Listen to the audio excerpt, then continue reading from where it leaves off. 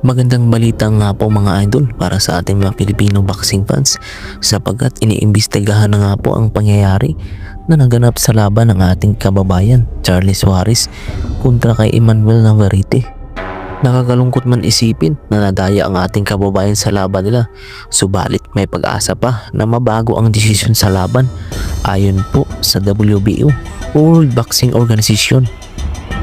Well, kitang-kita naman natin mga idol ang slow motion video sa kanilang laban at maliwanag pa sa sikat ng araw na hindi idbat bagkos ay suntok ng ating kababayan ang tumama sa kaliwang kilay ni Navarrete.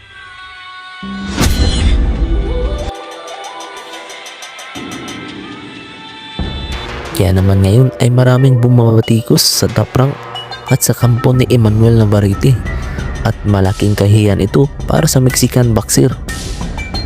Sa ngayon po mga idol ay patuloy pang iniimbestigahan ng Athletic Commission ang kanilang laban at kung mapatunayan na walang hidbat ang nangyari tungkol sa pagdurugo ng kaliwang kilay ng mata ni Navarrete ay posibleng mabaliktad nga po ang desisyon at panalo si Charlie Suarez via TKO.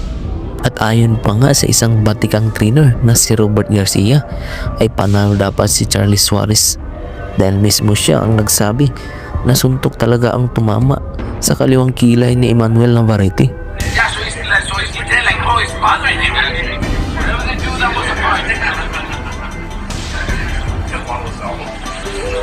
Marami ang nagsasabi na magsagawa agad ng rematch si Emmanuel Navarrete at ang ating kababayan na si Charlie Suarez upang mapatunayan talaga kung sino ang matibay sa dalawa.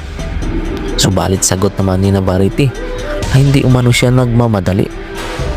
At dahil dito ay kitang-kita natin na natakot na nga ito sa ating kababayan